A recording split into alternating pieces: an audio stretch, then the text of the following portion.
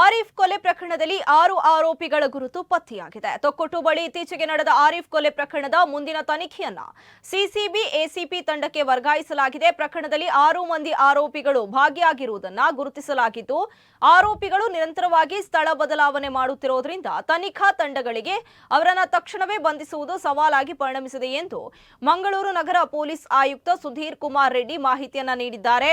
ತನಿಖೆಯ ಸಮಯದಲ್ಲಿ ನಮ್ಮ ತಂಡಗಳು ಸಂಪೂರ್ಣ ಸಂಚು ಮತ್ತು ಘಟನೆಗಳ ಸರಣಿಯನ್ನ ಮರು ನಿರ್ಮಾಣ ಮಾಡಿದ್ದು, ಈ ವೇಳೆ ಪ್ರಕರಣದಲ್ಲಿ ಇನ್ನೂ ಕೆಲವು ವ್ಯಕ್ತಿಗಳು ಭಾಗಿಯಾಗಿರುವುದನ್ನು ಪತ್ತೆ ಹಚ್ಚಿವೆ.